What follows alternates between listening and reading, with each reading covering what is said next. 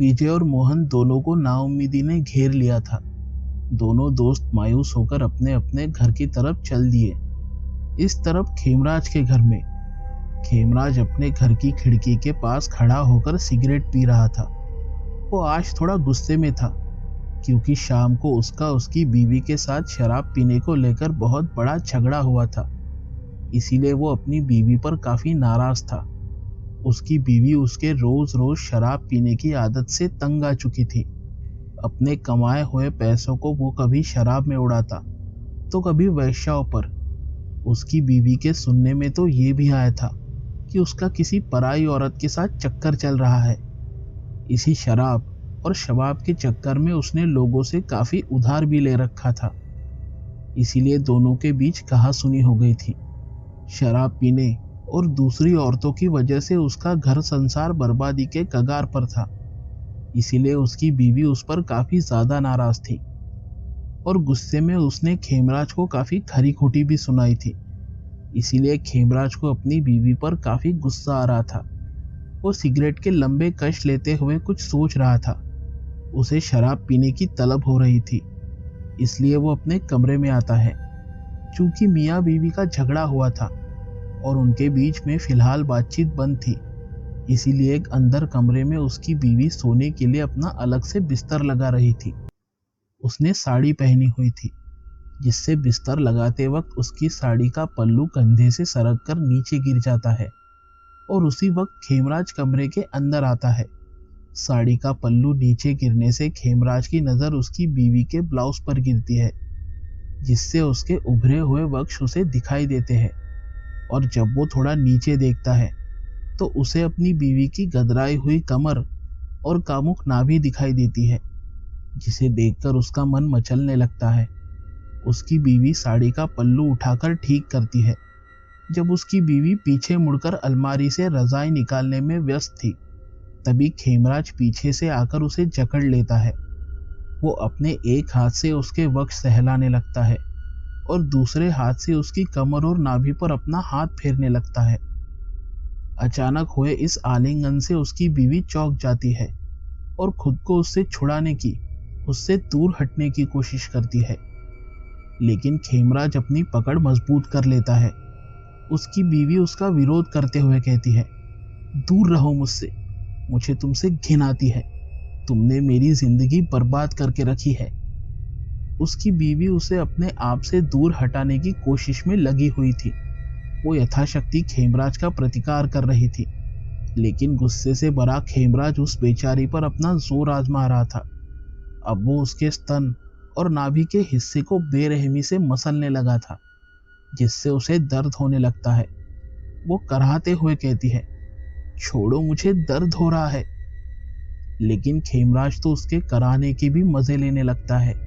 वो अपनी बीवी से शाम को हुई कहासुनी के वक्त, जब उसकी बीवी ने उसकी जो बेइज्जती की थी, उसका बदला ले रहा था। खेमराज के अंदर का शैतान जाग गया था। वो अपनी बीवी के साथ जबरदस्ती करने लगा। वो उसे अपनी तरफ खींचकर उसे जबरदस्ती चूमने लगा। उसकी बीवी खेमराज का विरोध कर रही थी। इसी छिना झपटी में उसका ब्लाउज फटने लगा था। वो उसका मुंह नोचकर उसे अपने से दूर करती है और पास ही में पड़ी शराब की बोतल फोड़कर उसे धमकाती है, खबरदार, मेरे पास मत आना। अगर मुझे छूने की कोशिश भी की तो इसका अंजाम बुरा होगा। घर में एक ही शराब की बोतल थी और वो भी अब टूट चुकी थी। इसलिए खेमराज आग बबूला हो जाता है और फुर्ती से अपनी बीवी के हाथ से टूटी हुई शराब की बोतल छीनकर उसी के पेट में घुसा देता है। उसकी बीवी लहूलुहान होकर नीचे गिर जाती है। वो बुरी तरह से घायल हो गई थी और कराह रही थी। उसका काफी खून बहने लगता है, जिससे उसकी आंखों के सामने अंधेरा छाने लगा था। अपनी बीवी की ऐसी हालत देखकर खेमराज डर जाता है। उसे कुछ सूझ नहीं रहा था। उसका दिल डर के मारे जोरों से धड़कने लगा। खेमराज अपनी बीवी को उसी हालत में छोड़कर घर से भाग जाता है। वो जहां रास्ता मिले उसी दिशा में बेतहाशा भाग रहा था। भागते भागते वो पीछे मुड़कर देख रहा था। वो पीछे मुड़कर ये सुनिश्चित कर रहा था कि उसका कोई पीछा तो नहीं कर रहा। इसी चक्कर में भागते भागते वो किसी से टकराता है। जिससे वो आदमी और खेमराज दोनों नीचे गिर जाते हैं। खेमराज जिससे टकराया था वो शख्स कोई और नहीं बल्कि मोहन था। मोहन खेमराज की ओर देखकर गुस्से से कहता है, अबे अंधा है क्या? ये पागलों की तरह क्यों भाग रहा है? नीचे जमीन पर गिरा खेमराज जब पलटकर मोहन की तरफ देखता है तो उसे देखकर मोहन की आंखें फटी की फटी रह जाती है। उसके मुंह से अकस्मात निकल जाता है, खेमराज तू? मोहन के मुंह से खेमराज का नाम सुनकर विजय भी चौंक जाता है और वो खुद से कहता है, अच्छा तो ये है खेमराज। खेमराज उठकर खड़ा हो जाता है। उसके हाथों और शर्ट पर खून के धब्बे लगे थे, जिन्हें देखकर वो दोनों अचंभित हो जाते हैं। खेमराज को ये जानकर हैरानी होती है कि आखिर वो दोनों उसे कैसे जानते हैं, और साथ ही में उन दोनों को उस पर शक भी हो गया है। इसलिए वो डर जाता है और वो मोहन को धक्का देकर वहां से भागने की कोशिश करता है। ये घटनाक्रम इतनी जल्दी हुआ था कि उन दोनों को ज्यादा कुछ समझ नहीं आता कि वो उन्हें देखकर इस तरह क्यों भाग रहा है। इसलिए दोनों सकपका गए थे। मोहन खुद को संभालते हुए विजय से कहता है, विजय पकड़ उसे, भागने मत दे। विजय बिना देरी किए अपने हाथ में डंडा पकड़े उसके पीछे भागता है, लेकिन खेमराज अभी भी उसकी पकड़ से काफी दूर था। इधर मोहन भी उठकर अब उसका पीछा करने लगता है, लेकिन खेमराज अभी भी उनकी पहुंच से काफी दूर था। खेमराज जल्दी से भागते हुए वहां से दूर निकल जाता कि तभी विजय के मन में एक ख्याल आता है। विजय भागते हुए रुक जाता है। उसके हाथ में जो डंडा था वो उससे निशाना लगाकर पूरे जोर से खेमराज के पैरों की तरफ फेंकता है। डंडा जाकर सीधे खेमराज के पैरों पर लगता है, जिससे उसका संतुलन बिगड़ जाता है और वो धड़ाम से नीचे गिर जाता है। इससे पहले कि वो फिर से उठकर भाग पाता, उससे पहले वो दोनों खेमराज के पास पहुंचते हैं और उसे उठाकर पकड़ लेते हैं। खेमराज की समझ में नहीं आ रहा था कि आखिर ये दोनों लड़के कौन हैं और उसे क्यों पकड़ना चाहते हैं। तेज भागने की वजह से खेमराज की सांसें फूलने लगी थी, जिस वजह से वो हाँफते हुए पूछता है, कौन हो तुम दोनों और मेरा पीछा क्यों कर रहे हो? उन दोनों ने खेमराज को मजबूती से पकड़ के रखा था। विजय उसे खींचते हुए कहता है, चुपचाप चल हमारे साथ, नहीं तो घसीट कर ले जाएंगे। खेमराज को उन पर थोड़ा शक हो रहा था। वो मन में सोचता है, कहीं इन दोनों को मुझ पर शक तो नहीं हो गया कि मैंने अपनी बीवी का खून किया है। नहीं, ऐसा नहीं हो सकता, क्योंकि ये दोनों तो मेरे घर से काफी दूर थे और इतनी जल्दी किसी को कैसे पता लग सकता है? जरूर बात कुछ और है। खेमराज उनकी पकड़ से खुद को छुड़ाते हुए कहता है, अबे छोड़ो मुझे, कौन हो तुम दोनों और कहाँ लेकर जा रहे हो मुझे? मोहन और विजय दोनों उसे फिर से पकड़ने की कोशिश करते हैं। मोहन कहता है, तेरा नाम खेमराज है ना? खेमराज हैरानी से पूछता है, तुझे कैसे पता? कौन है तू? विजय उस पर अपनी पकड़ बनाते हुए कहता है, तुझे ढूंढने हम शराब के ठेके पर गए थे, लेकिन तू वहां नहीं आया था, अब जाकर मिला है, चुपचाप चल हमारे साथ। खेमराज को अब गुस्सा आने लगा था। वो जोर से अपना हाथ झटककर उनकी पकड़ से आजाद हो जाता है। वो दोनों फिर से उसे पकड़ने आगे बढ़ते हैं। तब खेमराज विजय को एक जोरदार घूंसा लगाता है। घूंसा लगने से विजय पीछे हटता है। उसकी नाक से खून बह रहा था और उसे दर्द हो रहा था। अब बारी मोहन की थी। उसे भी खेमराज एक जोर का मुक्का रसीद कर देता है। दोनों ने उससे ऐसे हमले की उम्मीद कतई नहीं की थी। खुद को संभालते हुए दोनों फिर से उसे पकड़ने आगे बढ़ते हैं, लेकिन खेमराज इस बार भी फिर से उन्हें घूंसे और लात मारते हुए दोनों को पछाड़ देता है। वो दो थे और खेमराज अकेला, पर वो दोनों सिर्फ 26 साल के नौसिखिए लड़के थे और खेमराज एक 35 साल का हट्टा कट्टा मर्द। इसीलिए खेमराज उन दोनों पर भारी पड़ रहा था, पर इतनी मार खाकर भी वो दोनों पीछे नहीं हट रहे हैं। ये देखकर खेमराज को बहुत ज्यादा गुस्सा आता है। वैसे भी वो एक गुस्सैल और सनकी आदमी था। खेमराज गुस्से में आकर विजय को एक जोर की लात मारकर धराशायी कर देता है। विजय नीचे रास्ते पर गिरकर तड़प रहा था। वो काफी दर्द में था। इधर मोहन का हाल भी कुछ अलग नहीं था। उसे भी खेमराज बुरी तरह से पीट रहा था। खेमराज मोहन के बालों को पकड़ लेता है और उसके मुंह पर लगातार घूंसों की बरसात करता है।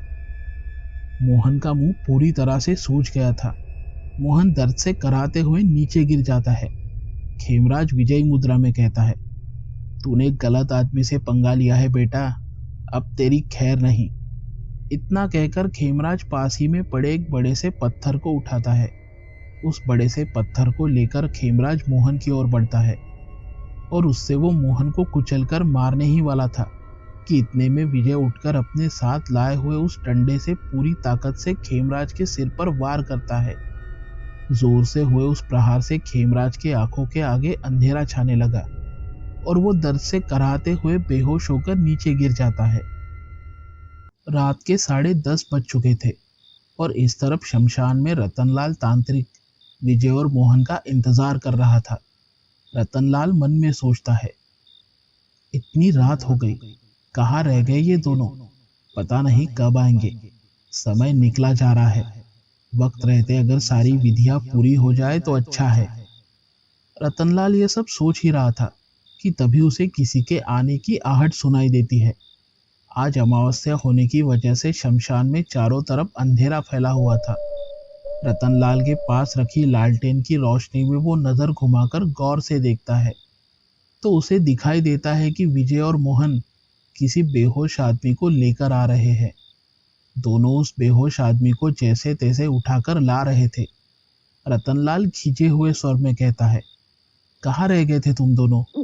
जानते हो ना कि ऐसी काली विधियां करने का एक सही वक्त होता है और वक्त तेजी से हमारे हाथों से फिसल रहा है। रात के तीसरे पहर के बाद अमावस्या समाप्त हो जाएगी। अमावस्या समाप्त होने से पहले हमें इसकी बलि देनी होगी। अगर ये बलि देने की विधि पूरी नहीं हुई तो इतना सब प्रपंच करने का कोई मतलब ही नहीं रहेगा।